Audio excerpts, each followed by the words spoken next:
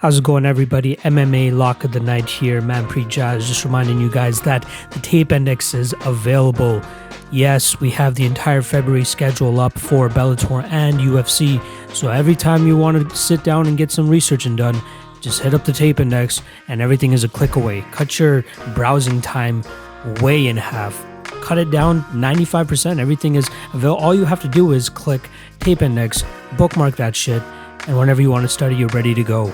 We got everything from the regional fights all the way up to their UFC main events.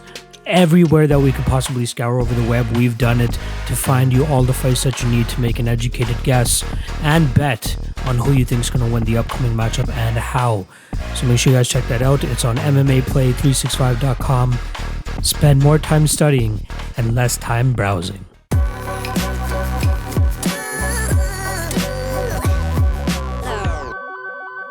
Do however long it takes, and then when I actually have to edit it, it's ready to go. The exporting part of it takes it fucking forever, and I think it's eventually going to come down to me just getting a better laptop as well, though, because the laptop actually, if I have a more powerful laptop, it'll probably do all this stuff a lot faster. This is a more not bare bones, but like a mediocre level laptop to do something that I'm doing of this extent. Okay. Right. Whereas I don't know what your setup currently. My setup is I have just a phone holder, like it holds like that, and then a mic hooked up into my computer, phone, my phone. Your phone. Yeah, and I do it all through my phone.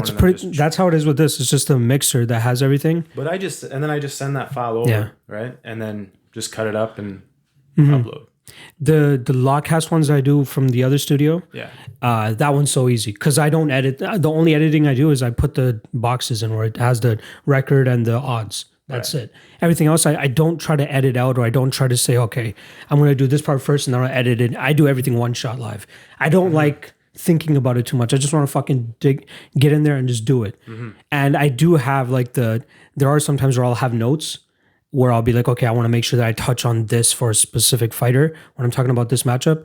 Other matchups, I know what I'm going to say because I just recently taped it, or some of them I could dust up on a little bit more, I'm going to be honest, which is why I started doing the Lockcast Plus thing, where I'm like, later in the week, I might study a little bit more. So I'm going to add to it with this, and then I'll do like a final thoughts video. You know what I'm going to start doing is just, because what I do now is I do the tape, write my notes, right? Cap the fight. But what ends up happening is there's so many like lines out that once I get done with one fight and I bet it or I pass it, I just jump to doing tape on the next one. So then it's just like, I don't want to go back and have to jog my memory of all what I was thinking on the fight. Even going through your notes, like you're not, so what I'm doing now is I'm just recording myself watching the tape. So you get the instant reaction. And then smart. I can just, as soon as I see something, I'll be like, wow, at 1 minute in, they did this, right? Yeah. So I think it's going to be better from a viewing perspective, but also for like my own reflection, like going back and seeing how you remember what happened in the fight, right? Touche. Actually, that's actually that's a very good idea. Yeah, I think I've seen one person in the past do something similar to that, but that's kind of what we do with like deciding splits too. We'll watch the fight live, and I try to chop it up so it's not so much dead period, right? There's obviously dead periods in there. That's something I've always wanted to do, is kind of like a fight companion type of thing, but there's just so much of it out there already, right? Like there's a lot of people doing it, not just fight companion, but everybody's trying to hop on it. I don't think that there's as much sizzle behind it anymore. Yeah, I mean, I think the people that are doing it right now should continue doing it, but I don't want to add one like that. The most I want to do is deciding splits. Like watching a fight companion live. Like live, doing a live commentary? I think you could, but yeah. I mean... what's your normal night of watching UFC? Do you have friends do you watch it with, or do you watch it at home? So like for big ones, you guys will go out? No, I hate going out for fights. I'm the same way. I go to my boy's house, Tony's house, who's the other guy that I do this with. I try doing that sometimes, but then sometimes they got a janky stream, and I'm like, man, I'll I trust myself. Money. Here, take the money. I want the pay-per-view. No, we got it. It's yeah. I'd rather just sit at home. If my friends want to come by, they can come by, Yeah. I think that's how Tony is, though. The guy that I go to his place, he knows his shit is like top level, and we're for sure going to have a good stream. So just come to my house. Everything is easy like that. I can't remember the last time I've actually gone to a bar to watch. It might be UFC 207. That was just due to the fact that it was on like a Friday night and everybody after work was getting together to watch the fights.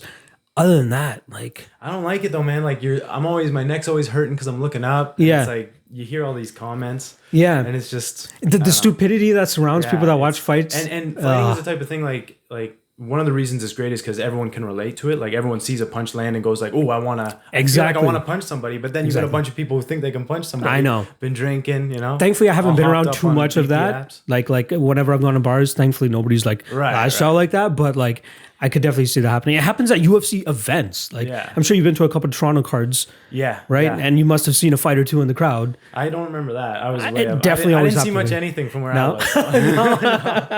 Which one? What was the last one you went to? GSP versus Shields 129. Damn. Yeah, I was there. I thought you would have gone to like Jones and Gus and stuff. No, because it's like look, if you want to fork up the money to go right, then it's good. That's true. If you're not gonna commit, then you got to just watch it at home. I think for me, I like the atmosphere of it. Yeah. So I don't mind paying shit dollar to get just into the building. I don't mind it, but like if it's a card that like I'm going to Khabib Ferguson, that's for sure. Yeah. I just got to figure out how much money I'm actually willing to spend. They're going to drop the tickets tomorrow, I believe. So I got to see what's in the budget, considering I'm fucking planning a wedding as well. I think from my perspective, one of the things too is I really enjoy the comforts of home. Like I get very comfortable. You get the best view. Yeah, you get the best view. I just, you know. I've been to maybe 16 or 17 events. Really? Dude, I've gone to so many. See, that's nuts. I enjoyed, like we traveled so much to them. Like I went to the Conor and Aldo one. That one was fucking awesome. Really? That was sick. I went to... Dude, I want... Real quick. I won a DraftKings qualifier to go to Conor. What ended up being Conor versus Mendez. Okay, you went? Card, right? No, I didn't deserve to win, man. The DraftKings I had to win was like for the tiebreaker because I won the big one, but then there's like a tiebreaker with 12 people got in. And so the card was Boach versus Hendo, and I lost faith in Hendo, and I took Boach. I know I did one of the worst fellow Canadian, but I got so no Boach. I swear Bochek's Canadian. Don't fuck with me. Dude, you're kidding me. He's not Canadian. I swear he's Canadian. No, just Bochek. No, not Bochek. Tim Boach. Tim Boach. Barbarian. I thought you were talking Dan about Henderson Bochek. Did not fight Mark Bochek, bro. No, I thought you were talking about Ben Henderson and Mark Bochek. Oh, no. No. Clearly a little bit too big. Dan but yes. Hendo yes. fought yes. Tim Boach. Yes. And I got so... Because when there's that much on the line, like, fuck, you gotta hit this lineup. I think I just overanalyzed everything. It's brutal. But I was so close to going to that one. That would have been sick. 189 was, even though Aldo fell out. That would have been all out. Oh yeah, man, look at that card. That was with Lawler McDonald. That was dirty. Almeida versus Pickett. It was also another flying knee. They called that like the card of the year. I swear it was like card of the year, right? And you missed out. Oh, it was so bittersweet. Bermudez Stevens was on it. Gunny and Thatch. Remember Brandon Thatch, dude? Stevens Bermudez. That was the other flying knee. Yeah. Boom. Matt Brown, Tim Means. Swick and Garcia was a fun fight too. Ish. Garbrandt and Briones. On the undercard, like it was just a nasty. Cody Fister's fighting in Kitchener in like 2 weeks or 3 weeks. He's fighting like a local guy. Where is he at now? What's his record now? Let's see. I like Tapology. Oh yeah, let's get that going. I love it. The fists. With the 15-7. But he's fought in Burlington a couple times. He lost to Kyle Piperlick in Burlington. BTC is Burlington Fight Promotions. Lost that fight, and now he's fighting Adam Senza. I don't know if you've ever heard of this kid, but he's like a local Toronto guy that's always been like right there, but then just loses the one. Yeah, like you'll notice a couple of the names. Together, yeah. Look, 3 straight, then lost to Piperlick. Tristan Connolly, who's in the UFC right now, who's 6-5 at the time, or 5-5 at the time. 6-5. Yeah. Wow. And then Sago, who made it to UFC. That was one of those. And that was post UFC Sago. That was 2018. Right. So this guy's always been there. He actually worked with the kid that I brought in for one of the episodes, Ergus. They worked together very closely, and like he's saying, he's turning a new leaf. But I'm like, he's a little bit up there in age. He's 32. He's really got to put it together right now if he wants to make it to the big stage. Yeah. And they need more Canadian cards to allow guys like these to have chances. Like, let's be real. Kyle Piperlick is not really UFC level, right? I think we need just a better local scene. Like, like, you know what I mean? Like, I like TKO. I like watching that. I don't know if that's coming back anymore. Oh, no? Yeah. Now that I'm getting like balls deep back into the scene. They just don't make money and they just go away. Think that's what it is. I heard something that the promoter was having some sort of issues as well, like just personally. Yeah. But look. You saw those TKO fights. They put some money into it, right? And good fights. Charles Jourdain. Exactly. On that. That's so exactly. Like they really put a lot of money behind it, and the venues weren't the biggest, so I'm not sure how much they were actually charging everybody, but there's a good chance they weren't making that much money. Like there's a reason like Ontario and Quebec like leagues don't stick around often. Like in Toronto now there are a couple. Why is that? What's wrong with the business model? Like because I think the cost is at least when we used to put events on, the cost from the commission were like too high. Is that it? Like super high, and then it was just hard to sell it. No, you do that. Start your own promotion. Rama MMA up in Rama. The native reserves. Yeah, the native reserves. That's what Bellator would do, right? They would go to fucking the casino and that's the problem. Right? And then you know what you do? You just forget about live, like sell some tickets, but have it like the Contender Series, like a venue that size. Keep it small and then just do all your shit online. Like, but you have to sell a certain amount of tickets to be able to actually. I guess a lot of regional guys are willing to, like Cody said it. A lot of guys were willing to fight for free. Right? Like they just want to get the experience so that they can get noticed. That's all it was. There's a lot of guys that like we paid them. This is what I'd like to talk to you more about, like the business aspect. Dude, it's fun. Like it's fun, but it's a very tough industry to make money in. There's PFC right now who's having a show in don't even know, but near downtown Toronto at Rebel. They're having they're having fights at Rebel, and BTC is having fights in Kitchener. They're planning about 4 or 5 shows this year in the GTA area. Man, I don't know if they're going to be able to stay through. I don't see how it doesn't make money though. There's not enough tickets being sold. See, but that shouldn't be the revenue. The revenue should be online. It should be all streamed. But then there's not enough people that would buy it either. Like, don't buy it. Do it like you see all these comedians doing it. They're giving out their material for free on YouTube, right? Because it explodes their following. True. And from there, you monetize it, right? Look, you got a couple cameras set up in your closet, bro. Yeah. Right? That's you know what true. I mean? And it's good production. That's true. So why can't you put a few cameras, even just stationed on the cage, and think outside the box? You know what I want to see? It's 2020. Let's have cameras outside. How come I can't control what camera I look at? That's true. I like having. I don't like camera switches. They punch and it switched. I don't see. I want some the wide WWE shot. shit. Yeah. Or you drop one of those VR cameras above the cage. How crazy would that be? Right? You're literally like looking and watching it. That's the type pretty of stuff sick. I'm thinking of. So you go up to Rama, right? They got a great sized venue. I just saw Crystalia there. I Shout know. out to Daddy. You know? Daddy. All right. And I wish I went there, but fuck. That's what you should be doing, bro. Especially because you have like the back end, like you've been in the business. So since I was actually like balls deep in the business, the commissioner has changed. The commissioner back then was a lot like, I got friends up in politics. I'm not even joking. But apparently it's in a better place now. So I am surprised that these two companies are able to stick around and actually have events consistently. Like this is going to be number 6 or 7 for them. We only had 2. We had 2 fucking events: Substance Cage Combat 1, Substance Cage Combat 2. Right. But like it's just such a hard. You know what? The guy that was actually running it was from like the nightclub industry. Like he grew up like passing out flyers on the corner and shit. That story. Yeah, like he's like a real go-getter hustler type of guy. Again, that's a business totally driven on like people showing up to the door. I think you need to flip the model and try to get it online. I would need to see what the costs now from the commission are to see how much cost would actually have to be incurred. Right. To not have much of an audience, have a decent amount of audience, but broadcast it more, right? Yeah. But that's what Fight Pass is right now, right? Like a little bit, but it's behind a paywall, right? I'm talking about put the actually fights for free on YouTube, right? That's what like that world tag thing. I'm not sure if you've seen that shit on YouTube. One day I went down a fucking rabbit hole, but it was like world tag championships. I've seen it. And it's for free pretty much on YouTube. So I get it. But it gets views, right? Yeah. Like, and if you think about sponsors, if you're throwing up these highlight videos of your fighters and getting people pumped just on YouTube, like I don't know. I think sponsors would be willing to pay. Right? Yeah. And you just affiliate it and do stuff that way. It's just like that's a good idea. I'm not sure how pull-offable it is. It's a lack of vocabulary bro, there. When you're talking to me, I'm not a logistics guy. I'm not a this can happen. I'm always just talking about this should happen. This should be how it is. I would like to see it. Yeah. Right? That's just the perspective. If I had it my way, I would go back into the industry like that, balls deep. Yeah.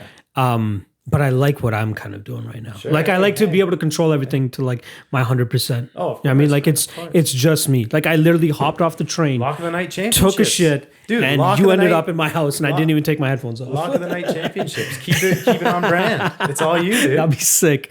If I have enough Sultan money of eventually MMA. to invest in that venture, I probably will. I'll get you to be my fucking matchmaker or something. The dream is that would be sick. I'll be the odds maker. That was the odds maker taking wages at We're the at side. Rama, That's you so know, we're true. at Rama. But that's another reason I think doing it in the casino. Like again, I don't know the business aspect of it, but since the casino generates money just from foot traffic and people being in the building, right? Yeah. It might. But Bellator was there a couple times, and they haven't been back in a long, long time. I'm not sure Yeah, it's good it because of the didn't Scott translate. Coker thing, because it was more of a Bjorn thing. Remember when Bjorn was in power? Like Right. that was more up his lane. Pretty much every venue you went to was a casino. You know, well, I used to work at Rama, and I don't know if it was Bellator not wanting to come back, but I heard that it just didn't translate into cash. Like people showed up, watched the fights, and dipped. Okay. So like, you know, There was no reason for them to do it. right. But my thought was always like, you know, in the casino industry, like you get people just used to going to the casino, and even if it's like young people, like you want to like, you know, you want to get them into the casino because then 20 years down the line, they're a casino still there. goer. Yeah, You know what yeah, I mean? yeah. And they got some money, and so like it was a younger crowd that didn't translate into cash, but I always felt like it was still a good investment. You know? It's kind of shitty that they haven't really come back though. Right. I was Like- at the first one ever. It was the Reckoning. Did you go to that one? Which one? It was called The Reckoning. MMA, the Reckoning. The guy that ran this show Or also Deshki had a was hand there. in that. Yeah. I forgot. I wasn't around for that though. Like I didn't really know about the Canadian MMA scene that well. But that was at Rama, eh? Yeah, Berkman fought on the card. Sick. Some other guy, I forget. Yeah. Horodeshki had a good fight, I remember. Yeah. It was good. And I remember thinking like, man, MMA is sick because I had been to some shows in Montreal. I had gone to Nice. see when Anderson fought Tallis. Okay. And You're a way back, dude. Oh, yeah, dude. You are a way back. Well, I mean, I was You're like- giving Cody a run for his money. that was when I was 18, right? So you could go hop across the border and drink True. legally a year that's ahead, true. right? So it was just, Yeah. and then and MMA was still illegal here. So then it was only legal in Quebec. 2011, they Two birds fucking of one stone. finally made it legal in Ontario. That was a long time coming. I remember that shit. Yeah. It was, yeah. And then those guys ended up pulling it off and being the first MMA event, not the UFC. Remember they like quickly snagged it before them. Yeah, I've done a lot of work with like a lot of different like Score Fighting Series was another one that was sick too. But then when Rogers brought them out, they fucking shut them down. So that kind of sucked. Okay. But they had like That's a decent why you budget. gotta do it. You got to do it all in house. You know? Yeah. Even like I always think like you just want to like build it from the ground up and pay people to fight. Like invest in the fighters, right? Yeah. So you get good fights, and then don't really worry about the people live. But you know, it's like those True. backyard. You know those backyard fights. Yeah. Just set know? up proper They're making cameras. That's something, it. right? Yeah, that's true. It's kind of. And it is kind of sad. Like I said on the regional scene, these guys are willing to take no money. How do you feel about this? As far as fighter pay goes, I don't mind seeing show money and win money, but I don't like the bonuses because if I get, you know, let's say I'm an MMA fighter and I get a sick, you know, triangle that's just nasty, but then the main event gets a knockout and the co-main gets a knockout and there was a crazy fight, I'm not getting my bonus. But if I was on a card where it was all boring, I would have got my money. That's true. So I think there should be a show money, which should be a larger portion, right? Yeah. Then there's a win bonus. Then there's a finish bonus, right? That'd be cool. And then there should be a fastest finish bonus of the night. Because that's damn. not subjective, right? That's totally true. That's objective. statistical, you like just- yeah. facts. Right.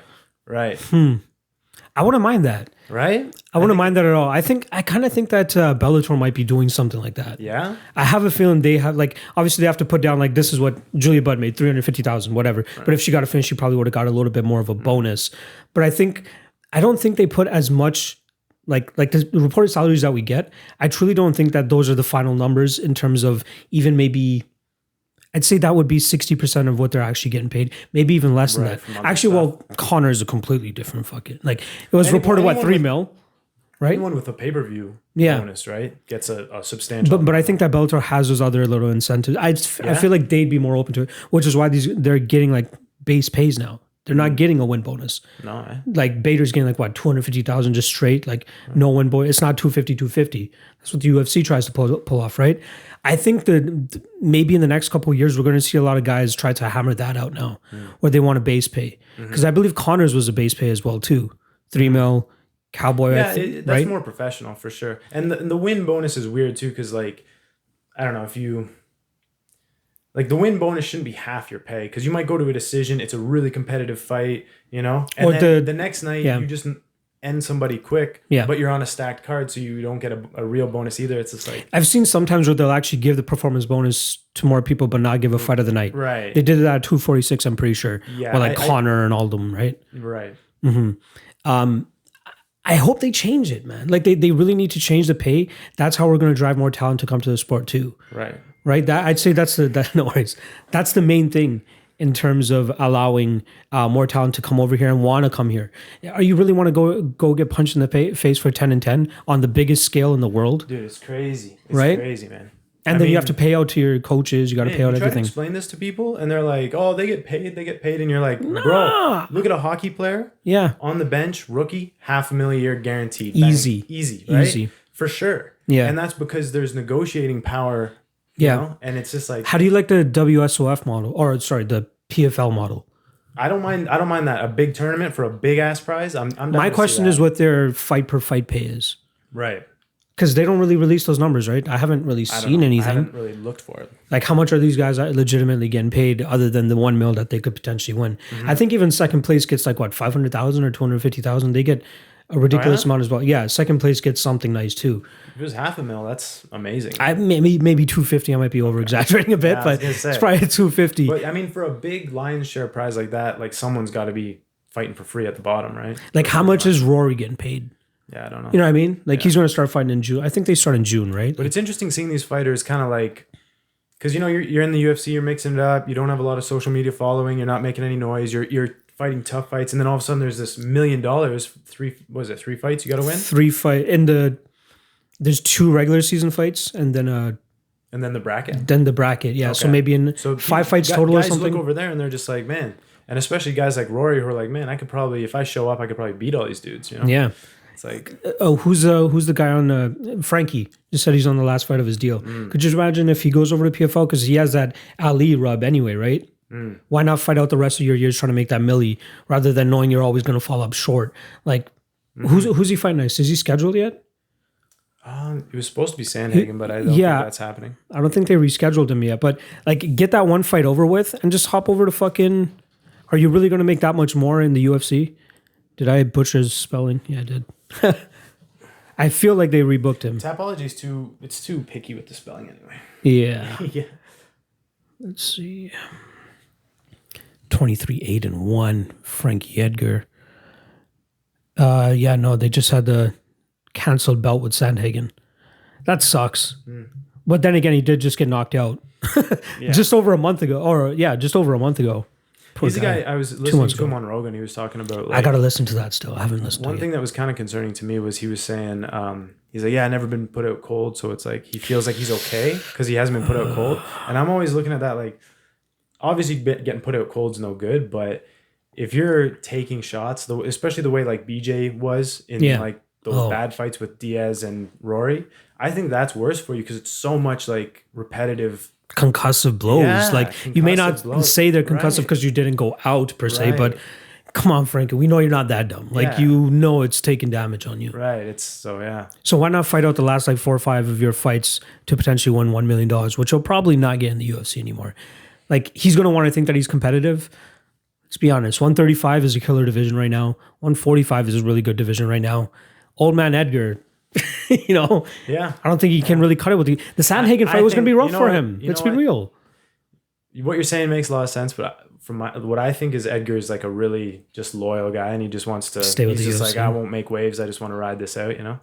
I think he could get away with making like $350,000 to $400,000 a fight, like and I think he's deserving of that. And I think the UFC would play ball. Because he's played ball with them for a lot. You know what I mean? Yeah, like he took Jung on short notice. Yo, Zombie. Let's talk about Zombie for Holy shit, dude. Yo, he's not only is he Is it official? Is it official? Click at that record. Every single fight. Find me one fight where something awesome doesn't happen. It's insane. Yeah, that's bro. so It's true. insane. He's an absolute legend with like the That least Aldo amount of fight would have fights. been interesting if I did go into fifth round. Aldo probably still would have won, but Dude, you I know, watched that Poirier fight again. that was a Crazy. dirty fight, dude. Crazy. 2012. Hominick, lightning Yeah. KO, right? Yeah, I was there for that shit. That was not fun. You see him get clotheslined by Root. Even when he loses, it's like spectacular, you know? Yeah. And look at that Garcia. And think about that. So there's his Garcia fight, right? That was 2010. Right. Decade ago. I remember Good. that fight. Yeah. That was a nuts fight. That was everybody was like that was when I was remember. getting into MMA like balls deep. That's Right. the fight everybody's like, yo, Right. watch this fight if you haven't seen it yet. Right. Crazy. Yeah, he's not okay. I hope they book the Zabit fight because that's the one that's rumored, right? They're saying that all those fucking Dagestanis are going to be on 248. Makachev is supposed to be on that card too. Sorry, who? Chancellor Young and Zabit. Jung and Zabit. That'd be crazy. Sick fight, That'd be right? crazy, man. Yeah. I think they're both deserving of a fight that level, and that's a number one contender fight right there. And if he does end up getting this fight 3-rounder, he dodges another 5-round bullet. Everybody wants to see him in 5 rounds. Everybody wants to see if it gets into round 4. Is he as compromised as he always looks at the end of a 3-round fight? Right. Or is he going to be able to train with the mindset of, okay, I'm going 5 rounds, so I'll, we'll never know. We'll never know unless he actually fights 5 rounds. And realistically, they should make Zombie and him a fight night main event. Yeah, that would be awesome. Right? You could sell that shit. Yeah, for sure. That's gonna be crazy too, because when you think about Zombie, you always think like the name, and you think he's like sloppy, but he's so not sloppy. You know, He's like doing very well. There, he's just so willing to go into the fire, but it's not sloppy. Like it's heavy hands. I wish he didn't get that smart L, striking. the Yair L. I know, right? But So close. crazy. Like so fucking close. man, MMA, and that's why like when you're watching these fights, like I'm always on the edge of my seat because you just never know, right? Obviously, know. There's I feel like with like basketball and stuff, like have you ever been a fan of a different sport though? Like Not as really, much as no. you've been in MMA? no, not even. Not even close to like following a team, cheering for a team? I mean, I was into hockey 1 year, but that not Nothing even, crazy. Not even. I was like that for the NBA. Like I could tell you every player Right. on every team, every assistant coach, I could tell you all that shit. And then once I came across MMA, I was like, fuck. That's when I start to fall off of WWE. I don't understand why more people don't have that reaction, because it's like the most exciting part of any other sport is when 2 players fight. You know, like that always makes the news. That was right? Cody's analogy too. He goes, if you Yeah? put like the Super Bowl, the Yeah. World Series and all that, but if there's a fight that breaks down the stands, everybody's watching the fight that Right? breaks down the Right. stands.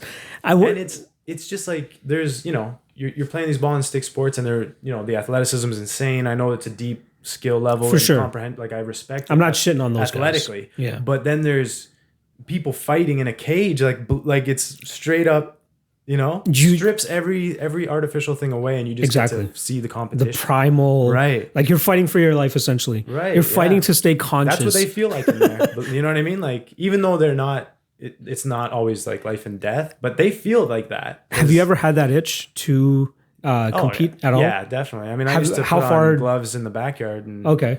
box at parties and stuff. Did you- Just I'm not bragging. Like believe me, I'm not bragging. I'm just saying that I did that. Yeah, but did you ever have that like itch to want to go like amateur at least, have a I had, legitimate amateur fight? I had a little bit of it because I trained karate as a child, like when I was at like a Mick dojo, Mm-hmm. and I always felt like I quit that at like 13 because there was we had stopped sparring because of the insurance and shit like that, and Mm-hmm. it was just so boring and monotonous that I was like, there's no game here. There's nothing, like there's no, I need a There's game nothing to play. achieve. Like I'm just training for training, so I'm done. And then a few years later, I got into MMA, and I always thought like if I had just, instead of just dropping it, if I just started kickboxing and jiu-jitsu and wrestling and just pivoted, because You could have translated that very well. believe me, it's not an effective art on its own, but there's a couple techniques that can work, and just the training. Like I was super flexible. I could like, my knuckles were developed and shit, weird shit like that. Yeah. So, but I mean, you can't live life like that, right? Because then I would have gone into a fight, gotten knocked out silly, Yeah. and I couldn't have this conversation. We don't know really what it does to a person like mentally, because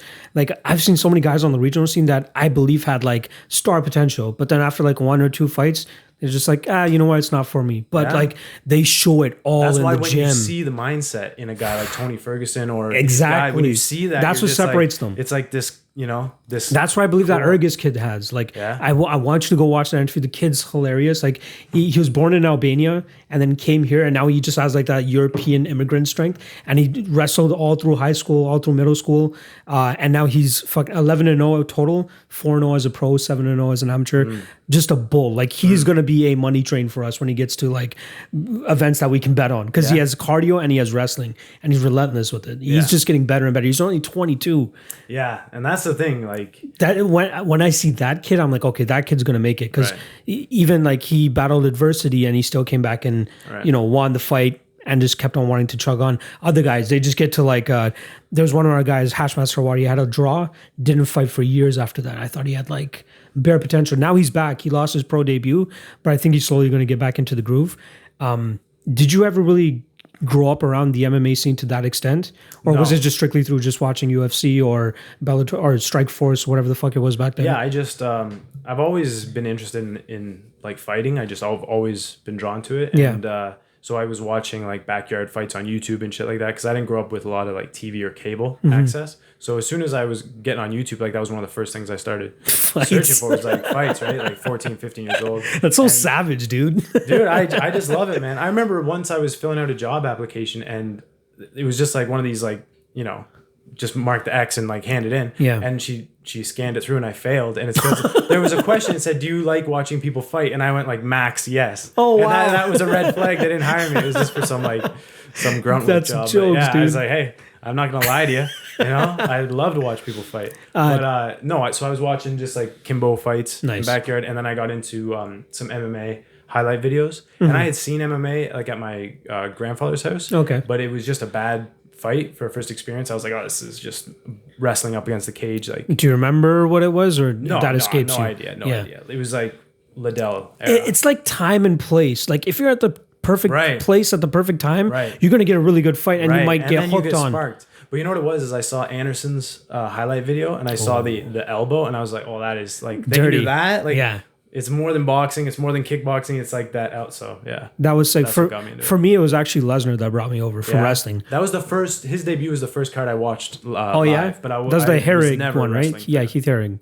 That was his first fight. Mir. Or Mir. Oh yeah. When he what am I talking about? I had $5. I love that you were even gambling back then, dude. What was that, like 2007? Oh, just $5 with my friend though. Okay. That was gonna be like my follow up question. Like, when did you actually get into that realm? Because Cody was telling me even after the podcast, he's like, "Yo, I would love to meet you." Like, he's like, "Yo," he hit me up like way back in the day. Like, I remember you guys were like one of the OGs, and even when I started like on MMA Twitter per se, you're the first ever guy, one of the first guys to actually reach out to me too. You, Newsome, and even Dan Levy. Yeah. I was surprised at how supportive everybody was, right? Like, considering the type of industry that we're kind of in. So I was thankful that you reached out to me, and Cody was saying that you were reaching out to him back in like 08 or 09 or something, or am I off on that? I don't think that, no. Not that early? No, I didn't get on Twitter until like 2014. You started watching it back then though, like 08, 09 is when you started. I wasn't on Twitter. Not on Twitter yet. No. So probably like what, 2011, 2012? No, probably like, I remember I started tracking my bets around 2015. So I started betting at like the end of 2014. And I think all of that with Twitter came around at the same time. So yeah, it was like that. I had like a personal Twitter. I made it the night of Diaz and Condit. I don't know why, but I just fucking made it. And then eventually I'm like, yo, I just want to do something different with it. And I forgot who it was that I saw. I think it was actually Luca. Luca was one of the first guys that I'd noticed in this space doing something like this. Yeah. And then I started to explore a little bit more, and then came across Dan, and then I came across you. That was around the time I think you took a little bit of a hiatus or something and then came back. That was just like 2 years ago. Yeah. I think. I just dropped it. Yeah. It was roughly around, I think 2017 I started, 2018 where I really got into it. But yeah, why did you dip from the scene? Like, did you just... I was just over it, man. I was making prediction videos breaking down the entire card, and it was just like another guy. Do you remember Sean Carey Tattoo? Mm-hmm. He kind of got sick of it too, and I think him and I felt the same way. Where like I don't want to watch these fights. You know what I mean? Like I don't want to look. Like I don't want to have to break down this specific fight. Right? Okay. I might be super interested in this one. So There was that, and I was just got a little distracted, man. My little cinnamon skin vixen down here in the city. All right. Okay. I love how you had that in the holster. So yeah, I just kind of that took you away for how long? I didn't. How long did that take you away for? I mean, I don't know, man. I don't know. Because I couldn't tell you my schedule last week. True. That's true. And then you did actually come back, like officially per se. Like you started tracking. I mean, I don't think of it like a big deal like that. I guess maybe that's the perception, but like for me, I just turned the app back on and started wondering what people. But you were one of the guys.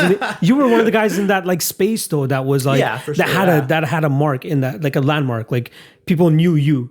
And then you just like, but this was like before my time, so I'm not 100% sure. It's really trippy to hear you say it that way, like that. Because I'm not trying to make you seem like a celebrity or anything like that. Yeah, but, you know what I mean? Never think of it like that. For me, it's just like I think I have this super small group because the number of followers or views you get is like way larger than the people you're actually interacting with, right? So in my head, it's just like maybe like 10 people, right? But when I think of OGs in this MMA betting gambling, I think of you, I think of Dan, I think of Luca. Obviously, that guy is like probably the most successful, but like we can save that for another time. Right? Yeah. But yeah, like all those guys, you are probably like the main guys that I think of when I initially got into the game. Man. I like hearing Newsom that. as well. He's fucking killing it too. I wish I could have. I'll give a shout out to a dude. I don't have his handle, but.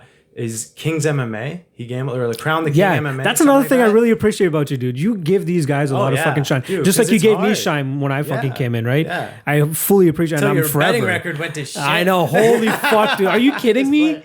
You kidding me, dude? Oh my god, that was that was. But that's why horrible. you know what though. But I'm staying persistent. I don't give a fuck, man. Like that's what it is though. But that's why you got to appreciate the long OGs like Levy. Exactly. Right? Like people, I've heard some people with there's some whispers. Oh, he's not doing too good. This and that. Yeah. But fuck that, man. The guy's like 5-0 on years. That's for sure crazy. And it's not like it's not. I forgot who put out that steady. meme, but there's that meme. It's like, but you haven't made a single unit. Do you know which one I'm talking about? You haven't made a single unit in 2 years, but I'm 2-0 on years. That's what it reminded me of. It's fun, man. But I don't like. I have nowhere to go. Like I am willingly putting myself out there and not giving a shit that my betting record is going to shit just because I know I'm going to stay persistent, but I'm going to stay persistent. And I can't be one of those guys that like goes and makes a fucking fake MMA betting Twitter or bet MMA tips account and try to like rack up a streak there and then fucking hop over there. Cause I guarantee you there are some motherfuckers out there that have been doing that. Right? Guarantee you. I'm not hiding. I'm not my running. My record starts out -40. It just like drops. But you stayed true. You stayed through.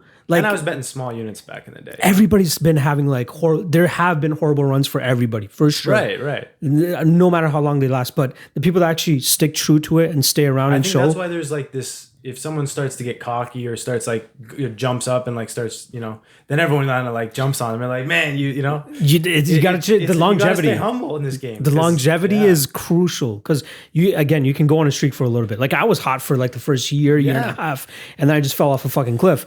But then I think you got to remember. I know. You told me that.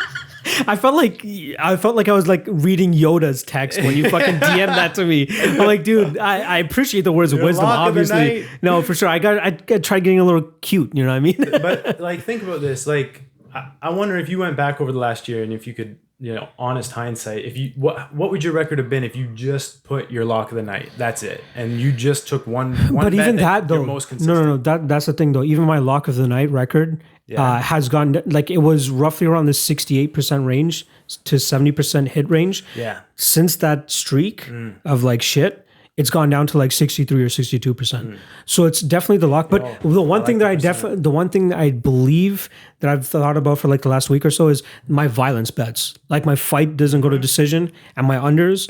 I believe if I do focus on that a little bit more, I will hit more. Because when I was consistently hitting fight doesn't go to decisions and mainly fight doesn't go to decisions, I was killing it.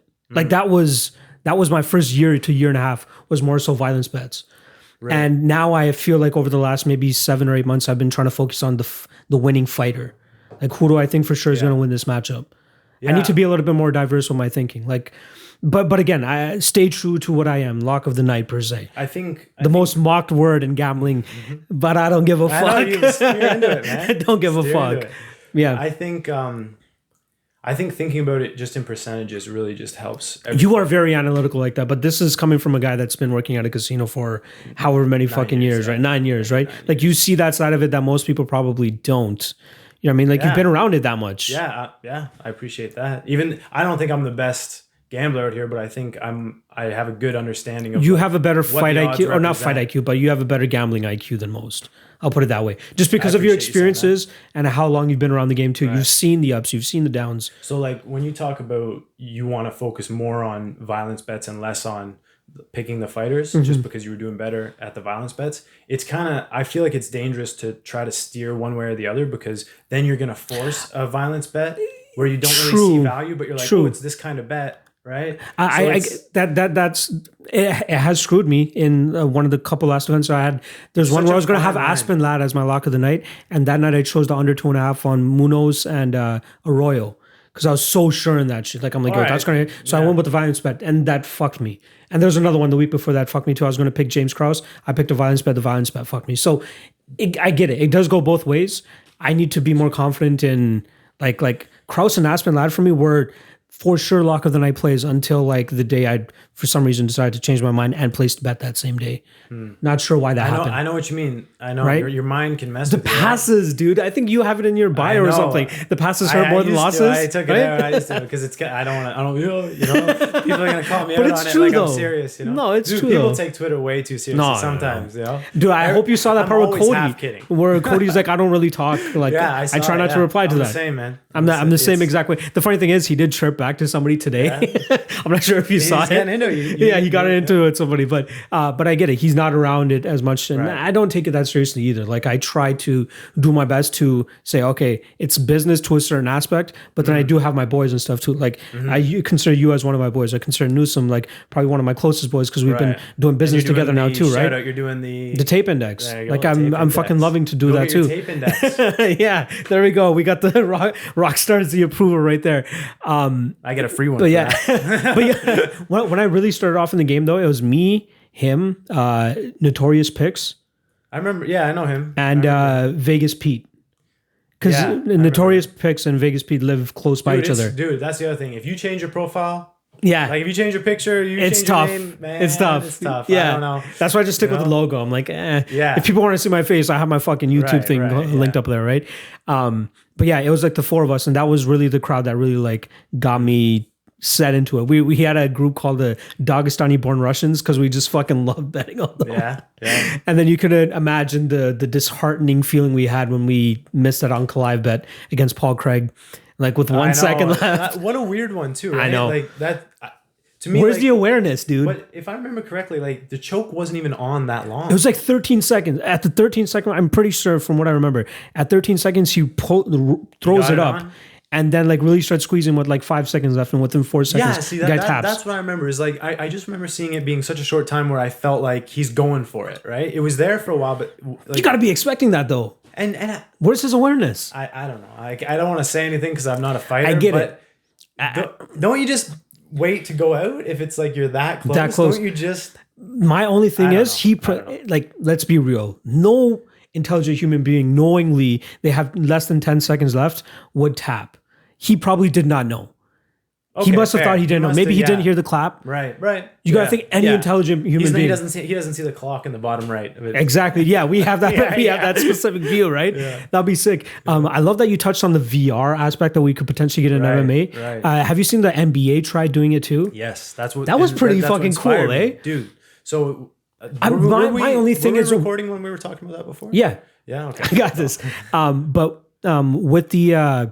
Where would you actually place it though? Right in terms of middle, right in the middle, so you can just look around like this. No, like and you can watch it. It would be like so it'd be top down, 8.5 feet above the center of the cage. Okay, and then when you put on the VR glasses or whatever, even you're looking down though. You'd be like looking like this. Yeah, like I wonder how that. Actually, yeah, it's a pretty good. You could orientate it so like it's in front of you, right? So you're just watching it from above. I think they tried a VR thing with the UFC one time. One of those Ronda Rousey fights where they just put it like as what do they call it? The cage cams, the ones that are like just above the mat. It was like a mat cam, and they had it as VR. Yeah, it was for like one event. I've never seen or I heard anything about it since. Yeah, so I'm guessing it didn't do too fucking well. But that's what they need to Above do. the cage, though. Think about Above the cage would be cool. Remember when the ref cam was a thing? Right, Pride. Think about that Pride, like decades ago, and it's like being decades ahead. yeah.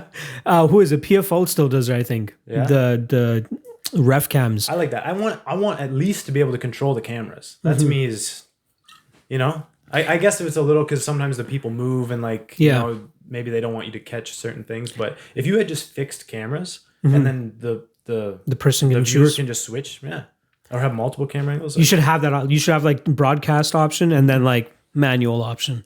Let me just fucking do it myself. 100%. That'd be so cool. Right. I swear that was like one of the first things they were touting on Fight Pass was that you can check any fucking camera that you want. I don't know if you remember that too. Here, we can clear the air right here because I think it's Paul. Is it Paul Shaughnessy? Yeah. Yeah. But I think it's him who I'm thinking. Oh, okay. He says that when Fight Pass came out, it was the same as it is now. But I remember before the TSN deal or before the TV deals here, it was all the fights except for the pay-per-view. It was like prelim 1 right to the main card and the main card. I think you might be right because the only other place they would have placed it before the TSN was Sportsnet because Sportsnet was the one that had the deal Rogers. Right. But I don't think it was an exclusive deal because I remember watching it all the way to the main card. Right. Everything except pay-per-view. And I was raving about it. Like, oh, they're so ahead of the game. Like, yeah. It makes perfect sense. Like, what do you feel about that?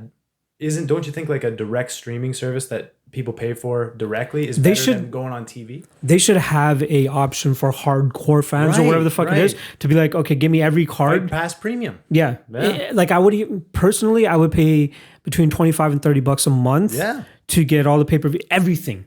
Give me $25, maybe not $30. Is it? Do you want everything? You want the pay-per-view too? Yes. You want the pay-per-views? $25. How much is the WWE network? Right, because they get all the pay-per-views. They get all the pay-per-views. They get all the pay-per-views. Yeah, but they're not actually fighting. True. I saw the Dalia just come out on you in a second, dude.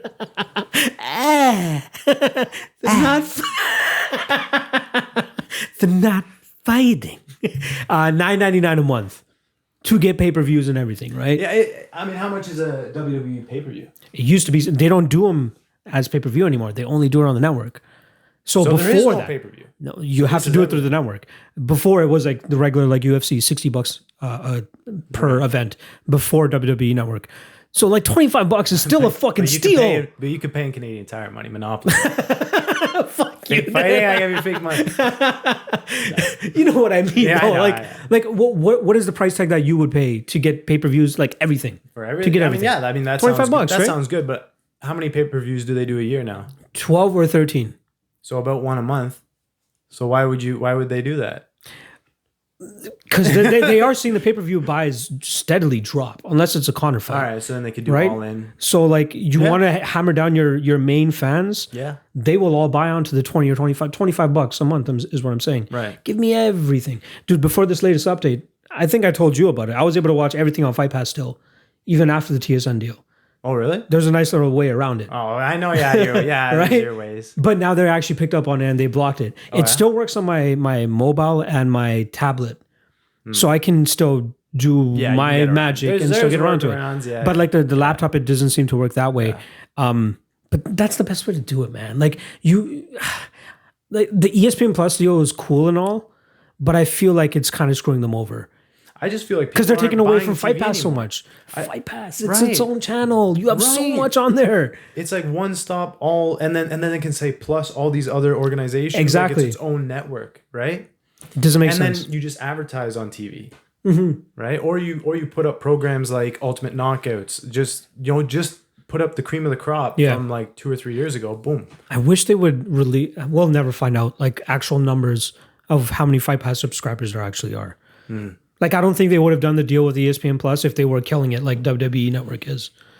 Let's be real. Yeah, but I mean, because look at how much is taken away. You say that, but that's in the current model. We're saying flip the model and you'll jack up the Fight Pass subscribers, right? But with the ESPN Plus, I'm pretty sure they're getting like a flat fee. So they're like, I don't give a fuck how many pay-per-views I sell anyway.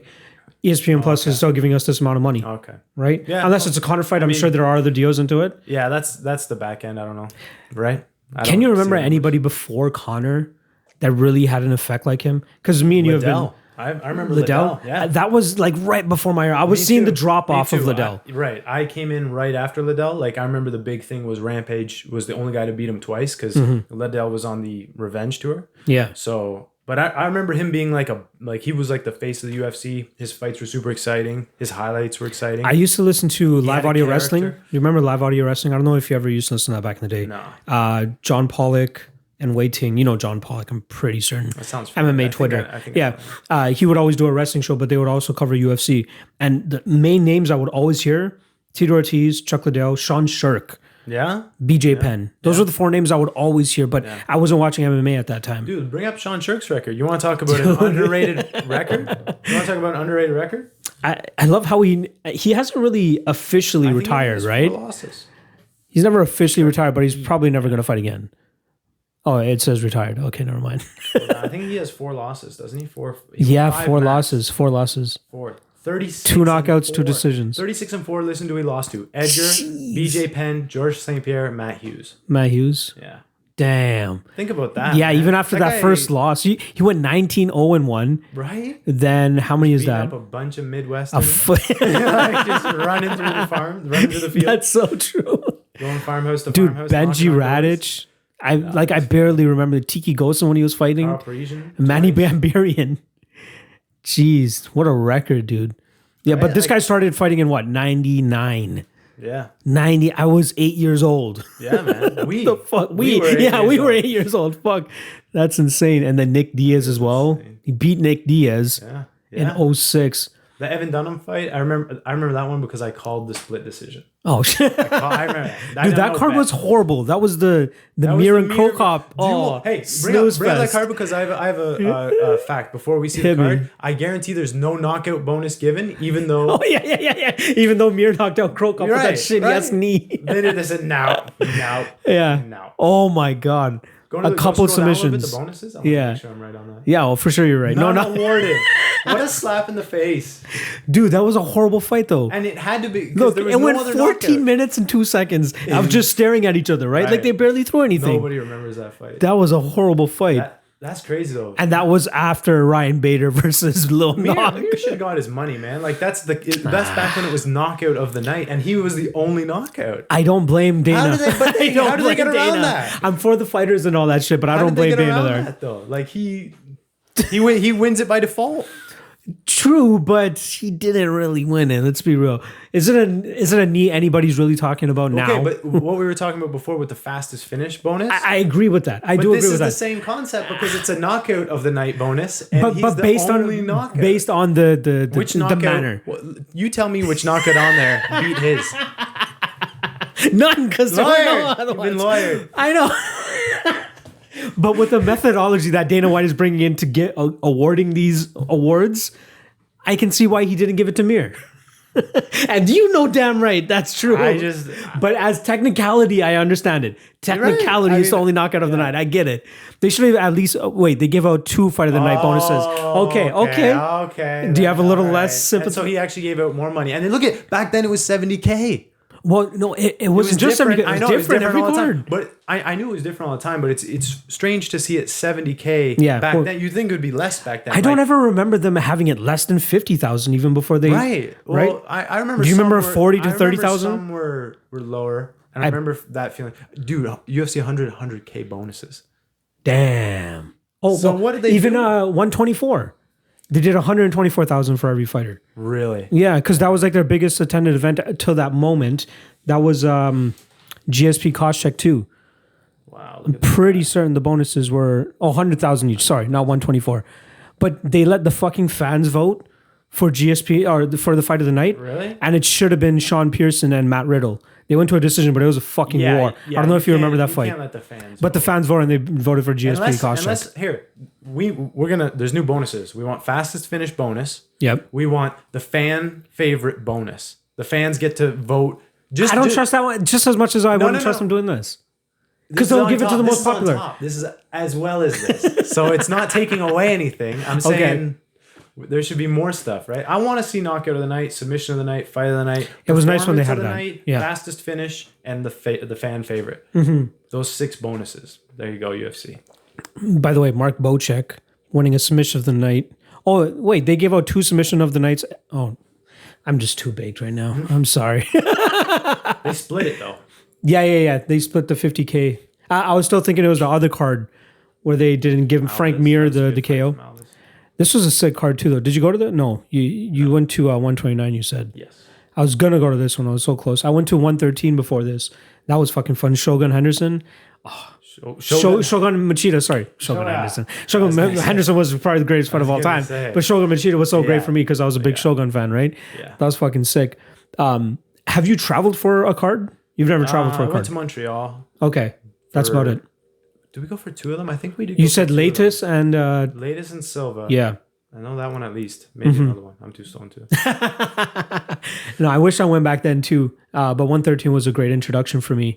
I missed the UFC to 100 to like UFC 150 range. I feel like that was kind of like somewhat of like a golden era. I don't know why I feel that way. 100 to 150? Yeah. Like that was John Jones's rise and like dominance. Yeah, I feel like honestly, the golden age was like UFC like Overeem's debut, UFC 141. Remember how jacked we were? Not just pun intended, but you know, dude, that was sick. I should say Ubereem, not even Overeem. Yeah. Like that was ridiculous. That was.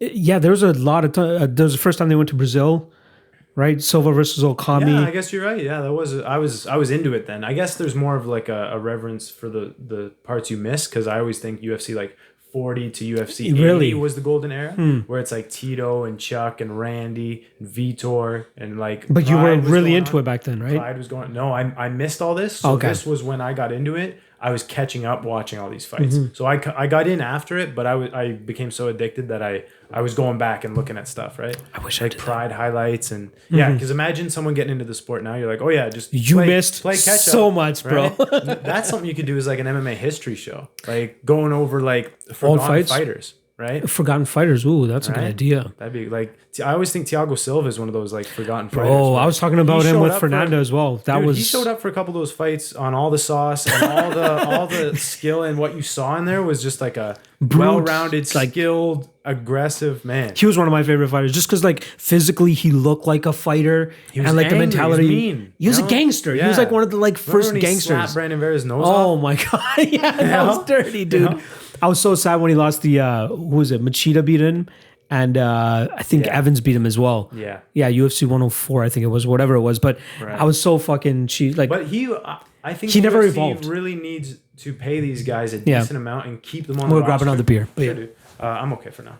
But keep these guys on the roster, right? Pay them a decent wage and just have them there to beat the pretenders and lose to the guy. Like have these gatekeepers, but you know. Like Thiago Silva, Ryan Bader, Phil. Well, you remember why Thiago Silva was gone, though, right? Yeah, I know. Him and Brandao. I mean, I just.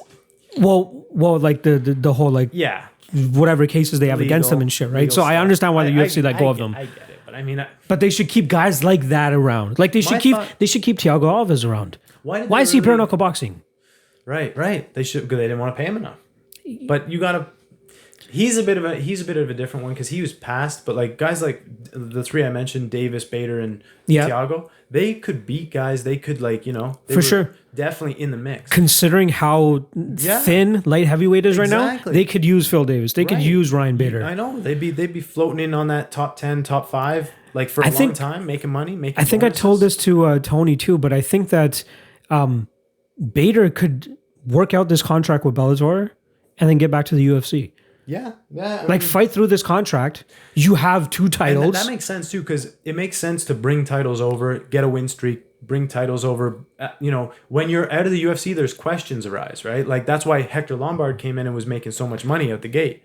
That's smart, instead of jumping in. This is what Bader's doing right now. He's reinvesting into himself by fighting for Bellator, not getting as broad of a scope. But is he really going to want to come back? I think that if he continues his run and defends.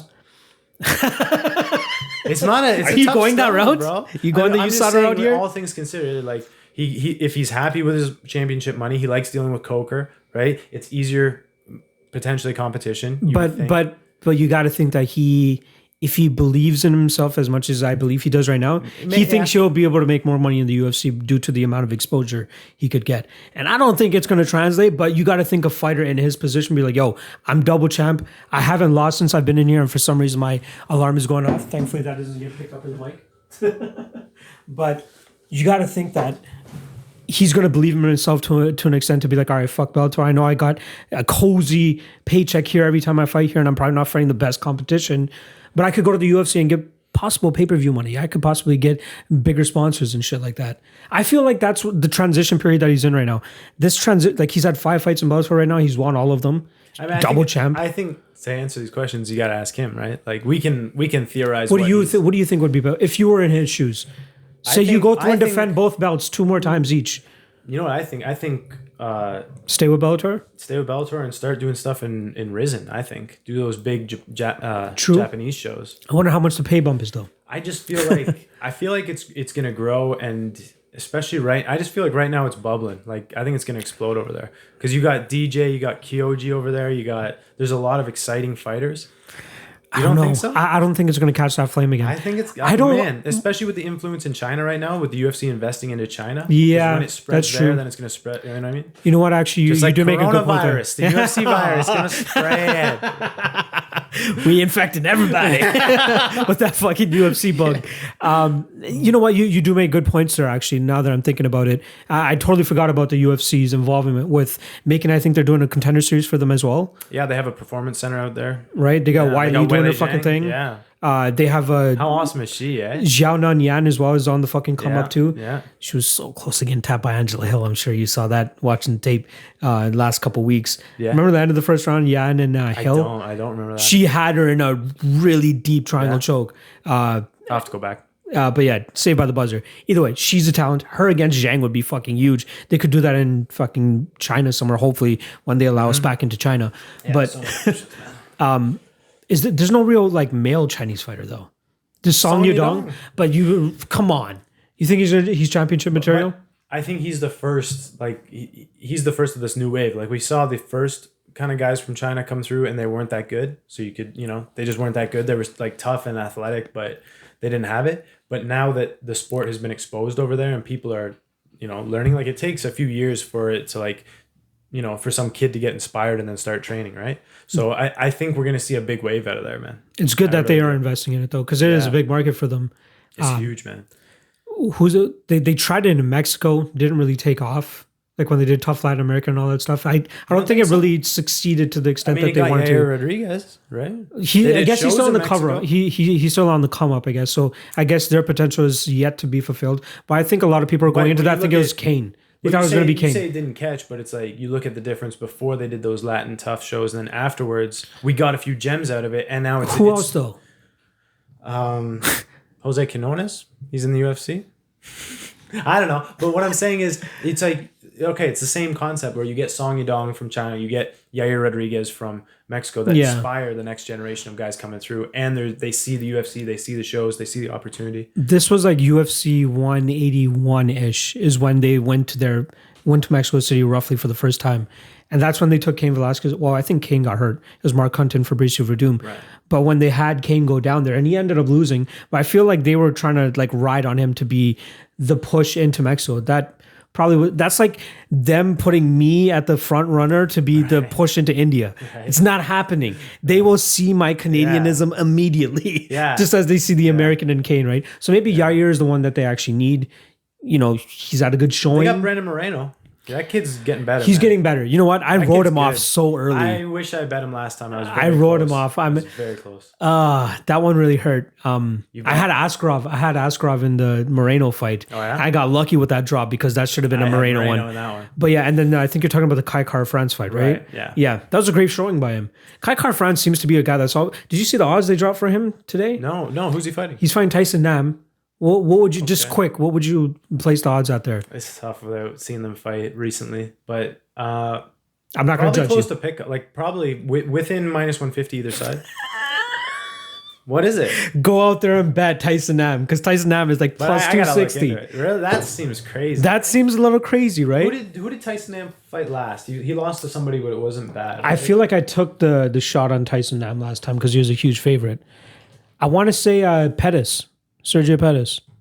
Really? I think it was Pettis Was that last. who it was? Yeah, he What? lost to Pettis last. Yeah, but he was a huge dog there. Yeah. Let's see this. Yeah, you gotta minus search for it. 350, plus 275. Yeah, that seems high. That seems And a I little haven't seen crazy, him right? recently, man. Yeah, they just released yeah, these odds in yeah, case you want to 'cause look I at them. I don't know. But Moreno, man, I think He looks Moreno, really good. Yeah. I was such a hater of him. I always wanted to fade him, Yeah. which is why I went with the Askarov thing too. Yeah.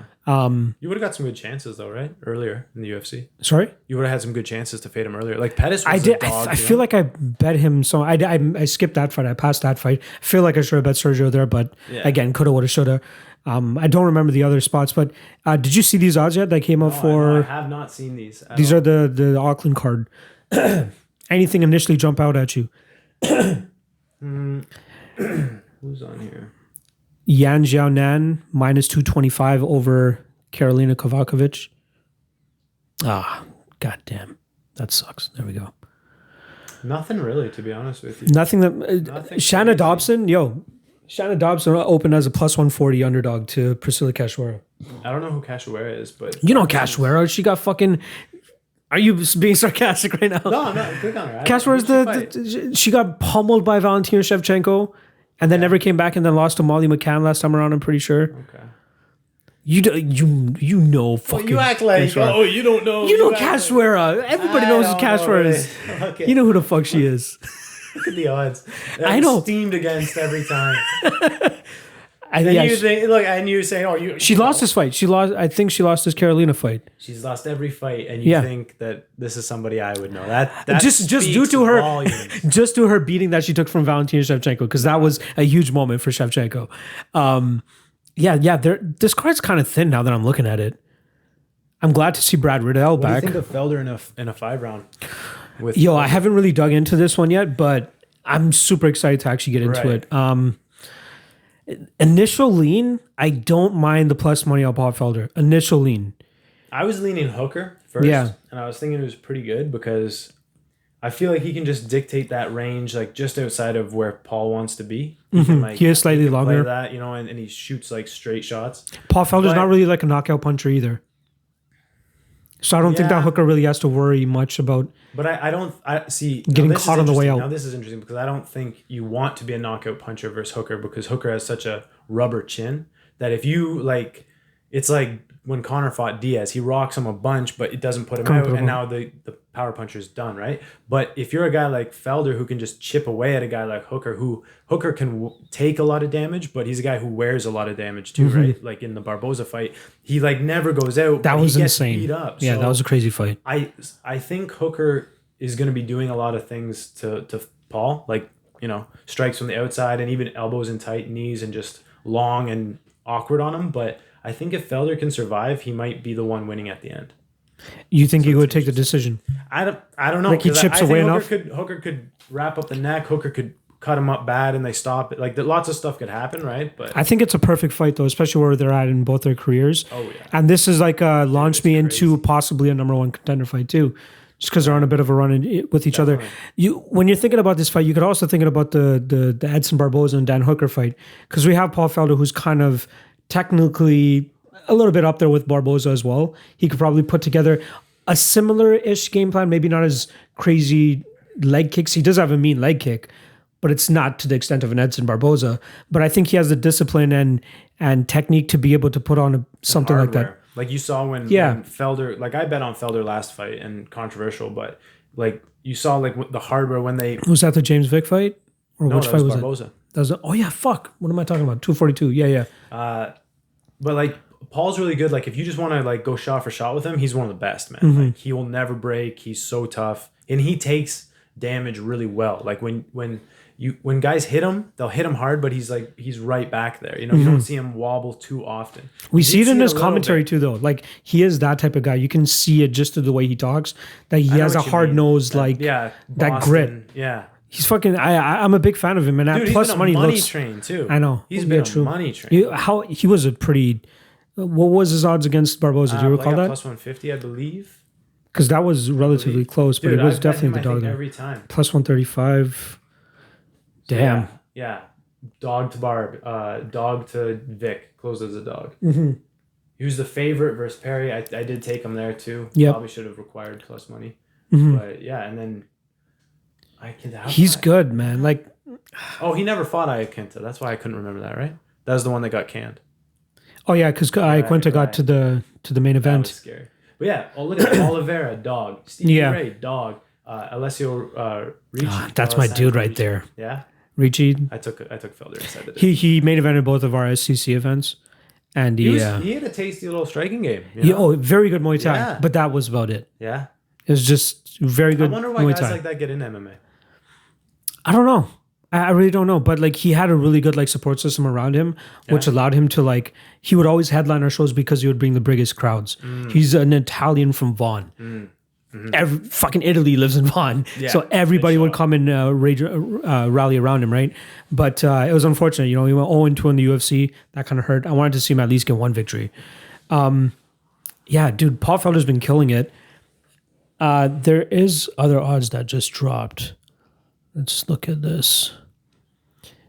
I got to look into this Ed Ruth and Amasov fight. Let's get into the one card. Let's break down 247. Yeah. Is there anything, just quick, anything on Rio Rancho that looks enticing to you? To me, I think I have I do have a bet. Yeah, I got a bet. I'll give it out. I got Nathaniel Wood at -150. I already got it. Ooh, you think Dodson's done? I just think I really like Wood's game for Dodson. I mean, he did get cracked with some left hands. Which fight was that? Was that the Ewell fight? Did he fight Ewell? Yeah. So, but super long range from Ewell, right? I just think he's going to be able to manage the distance really well, and I like him. Like he's a prospect that I want to be on. This is his rite of passage fight. Yeah, this is his rite of passage. I see it as a really good stylistic matchup where Dodson's going to be on the outside, skirting the edge, right? He's just got to look out for a couple left hands. A fight's a fight, right? Yeah. But when we're talking about -150, we're talking about 60% indication. So I can lean 70% with him. That's how strong you feel with him. Yeah, the way I usually break it down, just to keep it simple, is like I either call it 50%, 60, 70, or 80. So there's just 4 categories that I put fights into. So I would definitely say it's just like, it's a 70%. Solid pick to Nathaniel Wood, I think. Dodson's had a rough run though. Like Marlon Moraes, right? Pedro Munoz, Jimmy Rivera, Peter Yan. Definitely. Nathaniel Wood, But you got to look at how they fight too, right? True. Like Nathaniel Wood's so good at taking the center and playing that edge of the pocket in and out. Like he knows when to like pull the trigger on a guy and he's got a good ground game too, and he's so much younger and longer. Like a lot of factors. I could definitely. So he's definitely somebody that I'd lean earlier. -150. Hit that Nathaniel Wood. Hit that. And for the rest of my bets, goes to ZZMMA.ca. Don't worry, I'm gonna plug that shit. It's gonna be in the bio and the description. Don't worry, I got you. Or YouTube ZZMMA. One line that I was actually. Oh damn, it's closing now. But Sanchez and Pereira. Yeah, I kind of like Sanchez as a dog. You like Sanchez as a dog, but not at these numbers. Not at these numbers. What number do you I was hoping. I actually thought he was going to get to like +200. I'm not gonna lie. I thought he was going to get there just because everybody's going to think his chin was gone. Here, since we got the odds up here, I want to talk to you about when you say you wanted to get to +200. Like, do you have set markers where you think like, okay, like for this type of fight, I put it as like type of odds, like for Diego Sanchez, let's use him as an example. Right. I think that Pereira has a better chance of knocking out Sanchez than Sanchez does of winning this fight. Right. But at -145, which is what Pereira is currently at, or -155, I don't feel confident in him actually getting that knockout and possibly, whiffing on all of his shots. Sanchez will be able to take over with his cardio and grind him out, which we've seen Tristan Connolly do in the past. But I am not comfortable at +135 on Diego Sanchez to risk money to get the return for that to happen. Right. So +200 is more enticing to me. Okay. Now, why do you say +200? I guess that's like how you said that. That's how you like mark your 60, 70, 80. Right. I kind of mark it as like +150, +200, +250. That's kind of the way that I visualize it. Bring up Bet MMA and go to the odds calculator because it's just cool to think about. I usually use a thing too. You can odds. These guys down here. Because I you know what I found is I would get tempted at that +200 range on fights where, like you said, I don't actually think this guy's gonna win. I might even be leaning against this guy, but I'm tempted by the 2-to-1 mark. But I think if instead of being tempted at 2-1, you should let yourself be tempted at plus 233, because that's when you get to 30% instead of 33%. And that little bit, I think, is a big thing. Because, like, again, the way I try to break down fights is, like, if I'm leaning one way, I'll say, in this example, I'll say 60%, the one, whatever his name is. What's his name? What? Diego Sanchez. Pereira. Pereira, right? So if I'm saying he's going to win 60% of the time, I would need plus 233 to be tempted the other way, right? Because then there's that 10% gap between 30 and 40%. True. Right? But if you're letting yourself get tempted at 2-1, it's like that guy might actually only have a 30% chance, right? Compared to we're just restricting it to plus 200 compared to plus 233. I don't know. Do it, there's a few things I try to, like, when I make a bet, I try to get that 10% difference. So if I think a fight's going to be coin flip, split decision, it's going to boil down to one takedown or one flurry, I'll bet a plus 150 on either side, because I'm just getting that 10%. You're getting that edge. Right, I'm getting that edge. Yeah.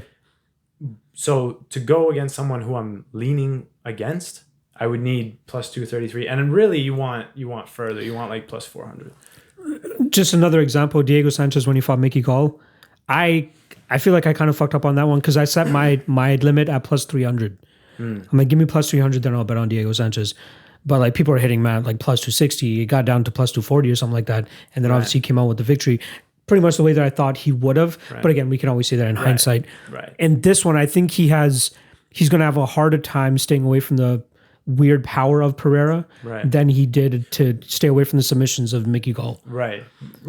But it is going to be like if he takes Pereira down, there's no more knockout threat, right? That's the way you're seeing it. That's the thing. But would you be willing to take the shot at Diego Sanchez plus 135? Like, obviously, there's tape to do. I get it. I don't want to touch this fight. You just pass. To me, it's just such an unknown that it's hard for me to put a number on it. Like, it could be anywhere from 70 one way to 70. You know what I mean? It's so... There's no odds either way that would be like, I would actually consider this. I just feel like it's such an unknown to me. There's too many X factors. With Lewis and Latifi, I looked at that, and I don't know if Latifi's going to knock out Lewis, if Lewis is going to knock out Latifi, or if they stare at each other and it's a coin flip. So for me, it's just a pass. You could say that's a 50%. Which would make you want to bet Latifi in that aspect. Right, but the way I kind of think about it, it's like, when I call a fight a 50-50, I mean, it's going to play out close, you know? Mm-hmm. This one, Lewis might knock him out right away. Yeah. And I won't be surprised. So I can't call it a 50-50 fight. You know what I mean? Even though Latifi could knock him out too, it's like... I'm not willing to take a shot on that fight. And even I think the under and fight doesn't go to decision is going to be juiced as fuck. What I'm trying to say is I think there's a difference between capping a fight at 50-50 and capping a fight as just a question mark. You know what I'm saying? Yeah, I agree with that. Right. There are different X factors when you think about a fight like Lewis and Latifi. How sloppy Lewis is going to be. You can't really say that he's... How big is Latifi going to be? How big is Latifi going to be? There's going to be too many X factors as well. The Tafa and Adams fight is kind of like that for me too. I think it's too iffy. Yeah. Like Adams doesn't possess those tools that you can be sure with him at minus 230 against a guy who could potentially hit him on the chin and knock him out. And even though his technique isn't that good, Tafa's and his chin is obviously questionable because of the way he got put out. But are people thinking that Juan Adams is going to land that perfect shot on the button to put him down? No. Is he capable of it? Can he take him down? That's another thing. Maybe, I don't know. Right? It's that type of fight. So that's kind of why I even got intrigued by Tafa a little bit, just for the lack of opposition that he's going to be getting from Adams. Right. I've thought about it. But when you... what I'm getting at is like, when you think about like, I thought about Tafa because these odds, what I think gamblers should do is have categories of fights, because one thing you got to remember is you're not betting on the fighter, you're betting on the spot, and you're plugging these fighters into those odds. Yeah. Right? So at the end of the year, you have a group of bets at these odds, and you have to hit them at higher. You're betting the number, not the fighter. Right. So what that means is you should know what a plus 150 bet looks like or a plus 233 bet looks like, right? Mm-hmm. You're going by exact percentages. Yeah. Exact percentages. To me, and you can always like, a good example would be like, I bet Pettis against Carlos Diego Ferreira. And I thought that could have been 60-40 either way. So I really should have required the plus 233. So I forced it a little bit. It burned me. But then I also forced Chiesa a little bit because I thought that could be 60-40 either way too. Mm-hmm. So you can force it a little bit. But I just think... in the end, it will play out better for you if you approach it with this strategy. If you play it disciplined and you have these markers set before, right? Like because you'll look up a fight and you'll think, oh, it's this type of fight, right? Mm-hmm. So you in your head, you kind of know like these guys are around this level, they fight like this, they're going to match up like this, and it's going to play out like that. So you should know what that looks like in the odds. right? And the easiest way to do that is to always be thinking of the odds in percentages, because you don't know what, You said to pull up the odds calculator here so we can run that implied odds, fractional odds, decimal odds, American odds. Yeah, now go to the BetMMA. BetMMA one? Yeah. Because they have the percentages. That's the key. Betting tools. Let's see. Odds conversion tool. Yo, and also when you're signing up for the what's it called?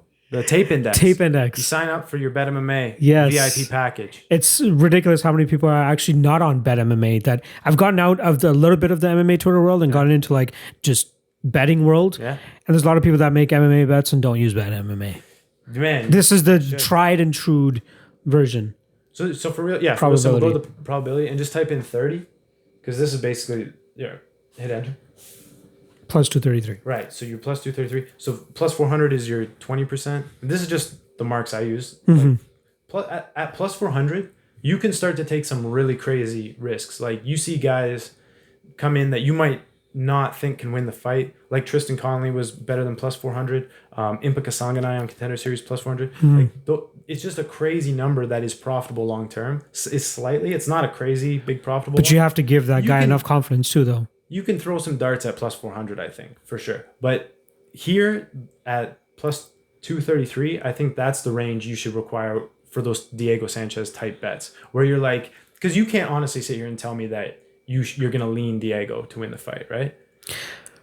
Again, it would have to be based on the odds. No. Oh, even before take away the odds? Yeah.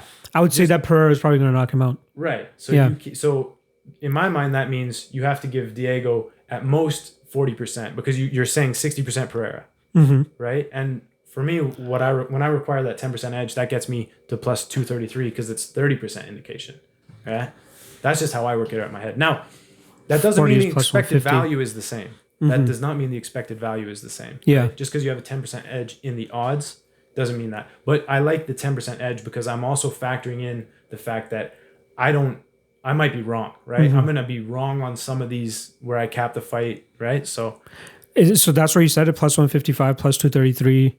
Like that's kind of your indicators. That's your markers. Right. Even money, for dogs. Even money would be another one, right? So so like the plus 150, this is one where I can say it's just going to be a real competitive fight. I'm not really leaning either way. Let's just see what happens. They're giving me like, this is that plus 170, plus 160, right? Because I'm saying plus 150 and up. And up. Right? 2 plus 233. Then if I'm leaning with somebody and they are the dog at any plus money, I'll take that. Like if I'm actually picking them. And then the other way is like the minus 150, minus 233. The other way. Just to always be thinking in those percentages. And those are just nice numbers because it's nice in like 40%, 30%, you know what I mean? It's clean numbers. Right, clean numbers. I'll try to take that approach. I want to. It's hard, I get where you're coming from, because you have to really be able to differentiate the 60, 70, and 80 and the 40, 30, and 20. I doubt you even think about 20, but. Well, that would be 80, right? If you're leaning 80 one way, it's 20 the other, right? True. In terms of other fights on 247 that you're actually. One person that like. Some fights. But before odds, I was really hoping that I'd be able to get Andrea Lee at something better than minus 340. I want 300 for her and all that. Yeah. No worse than that. I think she has the distinct advantage here. That red one, that minus 315. I'm over here. Where's that? I'm over here at the far right. Oh, that's Pinnacle. It's got to be Pinnacle, isn't it? Bet online. No, Bet online. So they were at 300. Wow. They opened 300. Yeah, wow. I think Pinnacle is this one.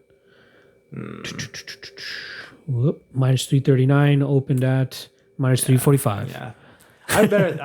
I like that too. I was actually just doing the tape last night and this morning, and she's just better. I think Lauren. I respect Lauren. She's decent, but she's not at the level of Andrea Lee either. Like let's be honest. I think she'll be able to grind her out. She'll be able to outstrike her. She's the quicker fighter too. Much more diverse and intelligent striking. I don't think she has to worry much in this fight, but minus 340. No. Minus 340. Yeah, even on Pinnacle too. That is a profitable range, though. When it closes between 300 and 400, that's a profitable range, too. Do you ever look at that on BetMMA? No. Okay, go to BetMMA. Hit me. And go to the front page. I'll be able to find it.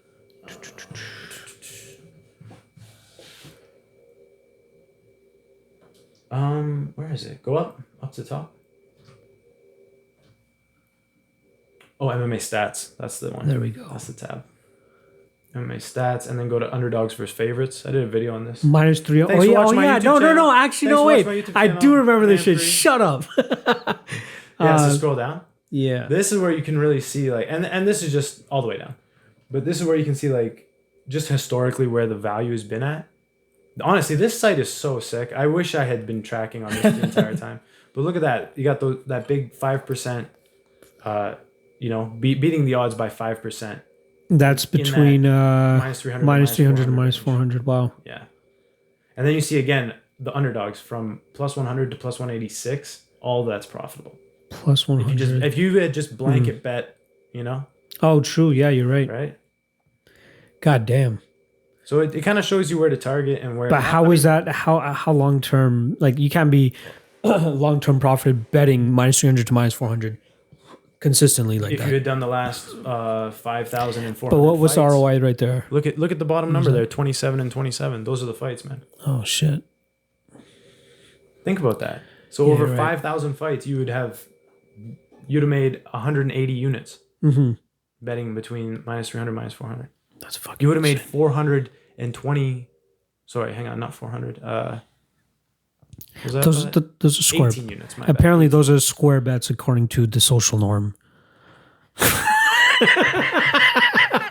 You know what I'm saying, right? It depends on Like the you would get spot. ragged on forever if you consistently bet -300 and above as straight shots. Yeah. And the statistics might be correct, is what we're Right. saying, but Right. people are still going to be like, yo, this guy's just profiting off of -300, -400. Like during Luca's stretch, he was Well, betting he did minus well. 500s. He did what? No, he was moving things. to Well, he was -500. moving to the point where he was getting to like -500. But he but would like, get in at the -300 to 400 range on a lot of stuff, right? that's insane, though. Like, But you got to think about what type of fights are you betting at that range, because that range, just think about that. -300 to 400 hits at 82% based on The statistical data. 5,000, right? yeah. So define a square bet, right? A square bet is a bet where you're either at the break even mark or at the negative EV. But if you're hitting the -300 to -400 range at 82%, Consistently, yeah, that's true. There is that spin up. to it as well. I guess you're right. right? This And guy's if you're cherry picking through them and dodging some bullets, right? yeah. You might hit it, There was another fight. Oh yeah, fucking Domingo Pilarte. Yeah, you want to talk about this? I'd love to talk about He burned me hard in a position where I bet him at juicy odds last time around. Yeah. Against Right.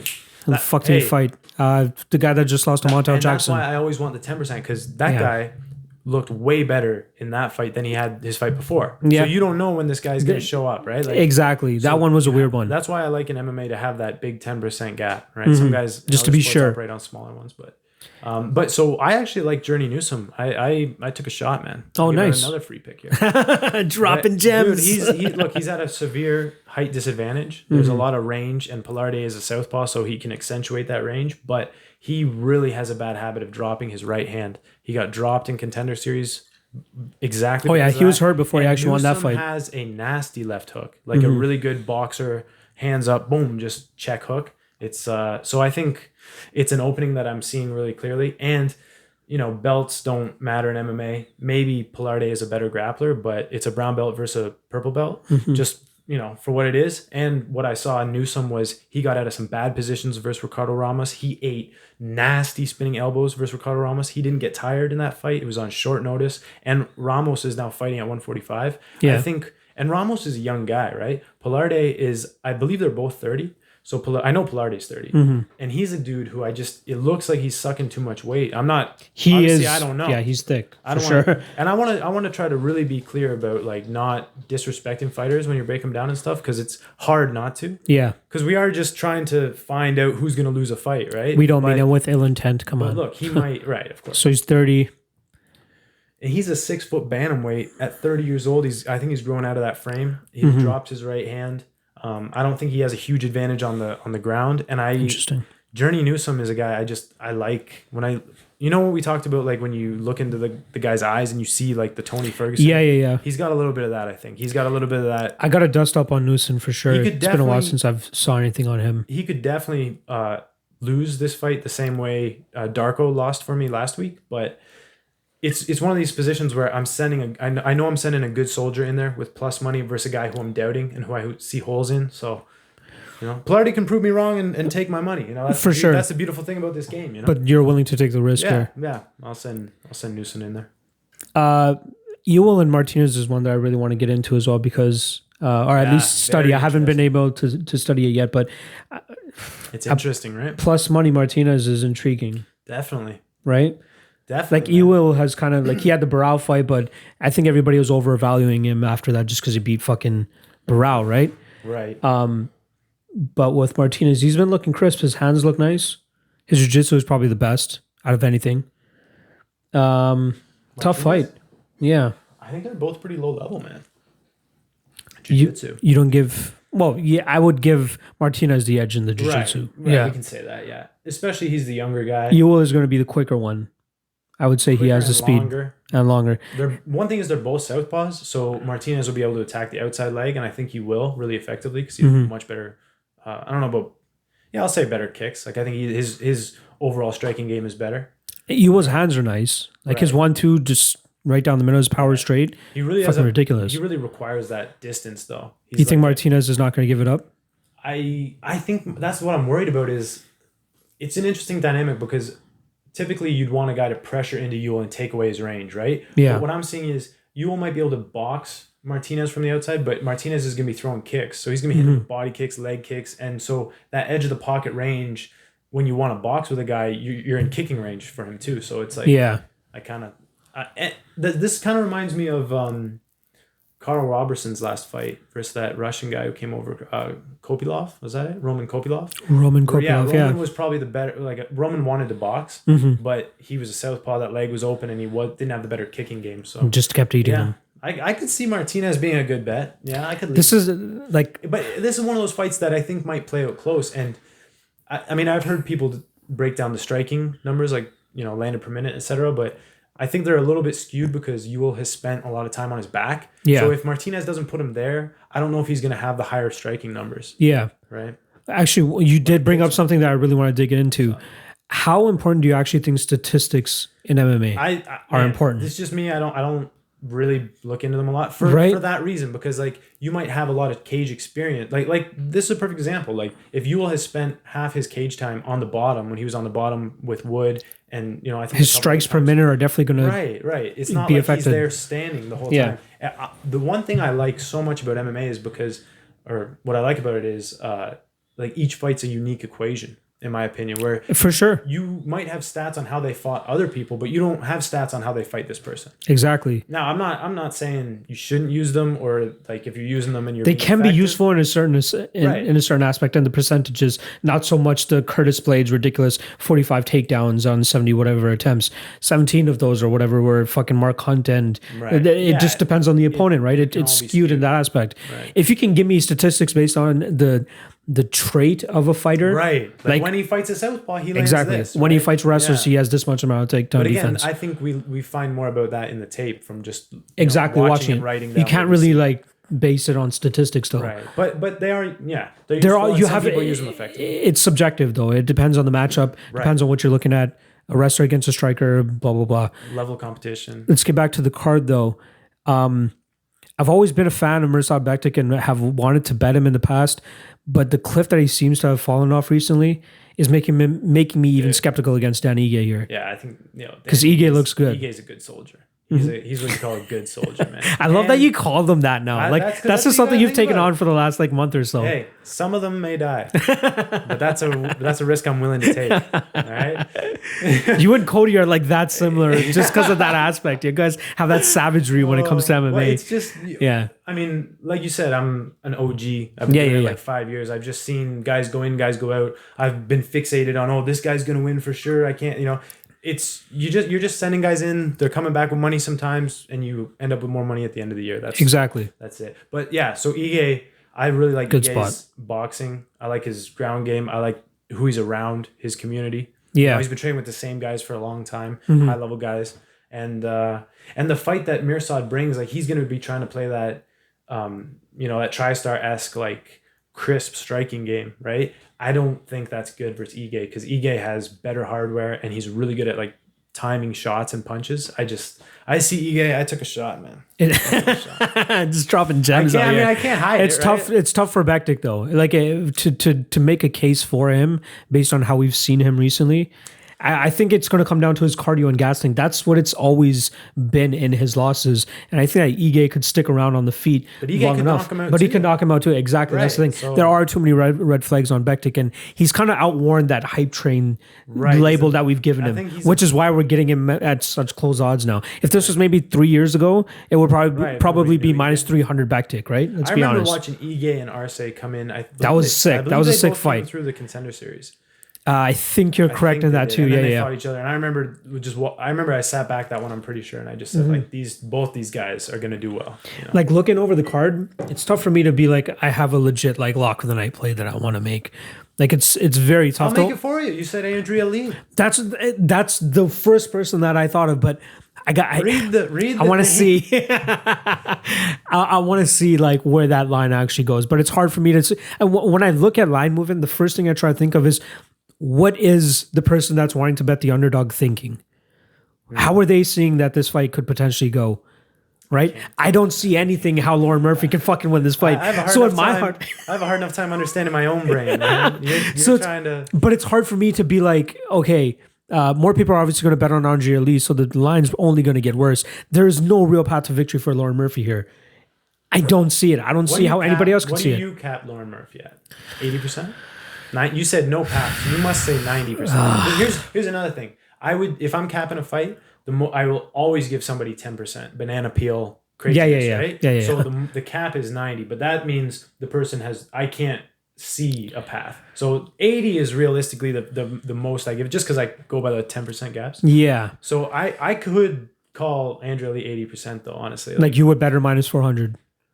No, because 400 would be what I would consider a square bet, because 400 indicates 80%. Oh, right? Touche. Oh, yeah, you want the edge there. Yeah, I want the minus 233.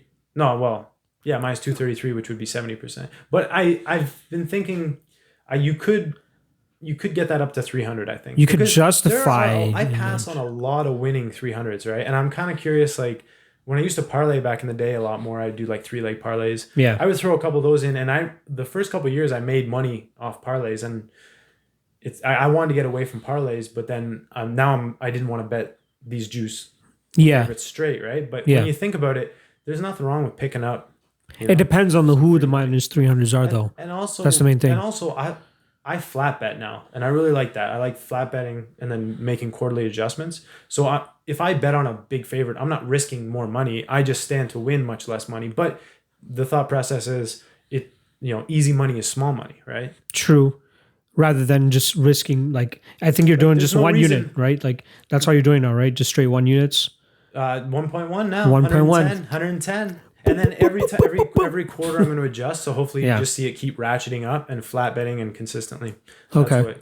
Because the goal last year was consistency, and I profited every quarter. So with Andrea Lee though, like it's got to be. I think it's really close to playable. That's what I'm saying. I'm trying to remember the last like super juice line that I played straight, and the only one that's really coming to mind for me is John Lineker over Brian Kelleher. That was like I want to say it was like minus 285, minus 300. Yeah. Maybe actually even Kyung Ho Kong over whoever the last guy you fucking fought was. Yeah. That was a pretty juice line that I took as well. Lee Ping Yuan or whatever the fuck his name is. You know what I'm talking about. But yeah, Andrea Lee, I hope she gets to a little bit more of a betting, like something that I'd want to pull the trigger on myself. Other than that, like there's not really even a violence bet that I'm comfortable in taking, like the Lewis and Latifi bet. No, I could see that potentially going 3 rounds. Yeah, they could stare. That's right. Why that is such a crazy fight. Like, minus 265 is what the fight doesn't go to decision is right now. So I'm not willing to take that. Even Adams and Tafa, not betting on one of those guys to potentially finish this fight. Reyes and Jones, I bet Jones inside the distance against Thiago Santos, and he fucking took the day off. Yeah, I believe Shevchenko is going to decision Chukagian. My theory on Jones is that he felt that Thiago was injured, and so he just went like low risk. Like he was like, I can just coast. I can just control the center. If he did know that his knee was out, he probably would have gone for a takedown though. The takedown is going to be a lot easier to get. Yeah, but I guess you could also minimize the risk of getting into the range. Yeah. I don't know. Yeah. That was tough. Good point. Yeah. I really thought he was going to be able to take him down after like 2.5 rounds and would have fucking finished him. Yo, let's talk about John Jones for a second. Like, talk about. Do you trust parlaying him at these numbers? I don't ever parlay. But like, let's talk about 3 years ago, Z. I mean, I'm leaning with John for sure. Sure. I looked at Reyes first. There's a lot to like about Reyes. I love how he angles off. I love his uppercut. A few other things that I know. Oh, good underhooks. Really just decent, good striking. I question his gas tank a little bit, and I just don't think he's going to be he could be effective because he's southpaw down the pipe. You know, you can accentuate the range, but John is so fucking good at setting up a force field of strikes just at the edge of the pocket, and guys freeze there. It's crazy, man. Like, people watch his fights with Smith and with Santos, and they're like, oh, or even with OSP, and they're like, oh, he's not. Guys, it's because you're comparing him to this mythological unicorn. Right. He's I know. an amazing fighter. His like, obviously, I'm not saying anything crazy here. He's number one pound for pound consensus. Easily. But even recently, I was so impressed by his fight IQ and his range management and shot selection. A part of me feels like Dominic Reyes, and I gotta dig into his fight a little bit before I talk out of my ass, but I feel like he's a little bit one-dimensional in a sense, where he has like that giant left kick. I believe it's his left kick. He has a great head kick. He's long, but I feel like that's something that John Jones has seen already. I mean, I feel like something he can adjust within 2.5 rounds to potentially create a game plan to finish Reyes. I agree with that. Right? After round 2, I think John will just take over. Right, I think so. But do you think he finishes him? Yeah. Odds are suggesting minus 230 fight doesn't go to decision. Minus 230 it doesn't? Doesn't go to decision. So the going to decision is plus big, whatever. Plus 250 or something. Yeah. I don't know if it's plus 170. 170, 230, 170, yeah. I don't know. It's tough. He could. Because I can see Reyes wearing it. Yeah. Right. But yeah. We've never seen him in a 5-round fight, so we don't know what we're going to see in rounds 4 and 5. Chookagian and Shevchenko, just want to touch on that real quick and then we'll wrap this up. I feel like this is a fight where it is probably going to go to decision, which is what the odds indicate. I don't know. That could be a little bit of a nail biter strictly due to, like, I'm not saying that Chookagian. I think that Valentina Shevchenko wins here, and I'm not. I don't really want to bet the plus 700 on a flip split decision just because Chookagian is on her bike hitting a quick 1-2 and then getting out of range because she's long as fuck. Let's remember that. If you are confident that it's going to go to a split decision, like volume-based decision, then plus 700 is ridiculous. It's a crazy number, but I think Bullet finishes it. Like, you think it finishes Bullet has way more steam, more hardware. I just feel with the amount that Chookagian moves, she's going to get hit. She's going to get hit, but I think that she's going to stay on her bicycle enough that Shevchenko won't be able to land a finishing blow. Right. Like we've seen her go to a decision before. But then it's going to be a dominant decision. I think. Yes, but I bet. Shevchenko inside the distance against I, just based on the stylistic matchup there. It was a no-brainer. Right. Like, the way she set her up for that fucking head kick, masterclass. Right. But in this one, it's tough for me to see that strictly due to the fact that Chookagian moves so much. That's my only qualm. I get you. Right? Yeah. Overall, I'm probably going to stay away from this fight. Like, I am not parlaying her at minus 1250 or whatever the fuck she's at. Right? I would love to see what the odds inside the distance are then. Maybe it's something. Doesn't go as plus 6. Yeah. You might get plus 200, plus 250 or something. Maybe even more than that, actually. That would be interesting. Would you take that shot? Plus 300 Shevchenko inside the distance. I mean. Give us the Z. I don't know. Like, because Chookagian can be super evasive, so it's like I understand what you're saying. Like, where exactly, I don't think she'll land find her the perfect she'll shot. Just be looking in the middle, like, come on, you know. Yeah, but I don't know. Just Chookagian's one of those X factors. Soldiers in. I got your dogs, and you're going. There are a couple dogs that I'm definitely one thing considering. I want to touch on. One more thing about John Jones and the way he establishes his range. He does something that Connor does too, where with Connor he'll throw the left cross, the left front kick to the body, or the left round kick middle or high. So it's 4 different strikes that look the same when they start, but go to different targets. Right, with different pathways. So 2 pathways, 2 targets. Same with John, where he'll look like he's about to jab you, and then he kicks you to your your knee, front kicks you to the body, but it all looks the same. So you're just kind of stuck. It's just. I think it's going to overwhelm Reyes. Reyes is just going to be like, I don't know what the fuck is coming at me. But Reyes, I give Reyes a lot of pop, and he has a really good uppercut that could catch John. Like, my only concern here with Reyes is I think he's a fight or two too early. I could see that. Like realistically, they probably should have given the shot to Corey Anderson, and that Reyes fight fucking Blachowicz, and the winner of that gets a title shot. Yeah. I think that would have been a better overall move for Dominic Reyes, but I think he's in that space where he's like, I'm gonna get this title shot. People are actually giving it to me. I'll fucking take it. Of course, yeah. And also like you roll the dice again. He's like what 12-0. You roll the dice. Yeah. Again, you have to fight 3 more times. It's like you might as well. Dude, this is one of the only sports in the world probably where you can go from only competing like professionally for 2 years to the pinnacle of the fucking sport, right? That's fucking insane. I want to see how. Before. Yeah, but he's good, man. Like honestly. Oh, 2014. What the fuck? Why do I feel like he was fighting way more than that? But there are guys that I've been adding to the tape index recently that like 2017. He got into the UFC 17, right? He got into 17, but I mean, like once you start the sport itself. But that's what you were thinking. Yeah, but like there are some guys that are making like their UFC debuts coming up, and their first fight was like 2017, midway through 2017. Nuts, now you're in the UFC. What the fuck? I mean, look at it. Beat up a dozen guys, and you can fight for the title. Yeah, exactly. But that's why it's so hard for guys from like Ontario to get it because they can't get fights out here. Is that it? People that's don't. Why we need. People don't want to pay for them to come out there and fight in Alberta or in the States or anything. Let's see. Ground up, Locks man. Fight League. Yeah. Is it? We're pretty much at 2 hours. Is there anything that you want to plug yourself? Just Zee's MMA. ZeesMMA.ca. That's ZeesMMA.com. .ca. I am too. Same thing. I know. I'm .ca as well. And also just on YouTube and on Twitter, RockstarZee. Yes. Go follow me. He does like individual fight predictions and breakdowns, which is fucking awesome. And I want to get in. I enjoyed this conversation. It's nice to get into more of like the odds, and I want to really break it down, especially for new gamblers coming in. Yeah, like not necessarily teaching them or telling them who to bet on or like what to look for in MMA fights, but what you should be looking for as far as the numbers are concerned. Mm-hmm. And like you're one of the few guys that takes that approach though, which is respectable because like.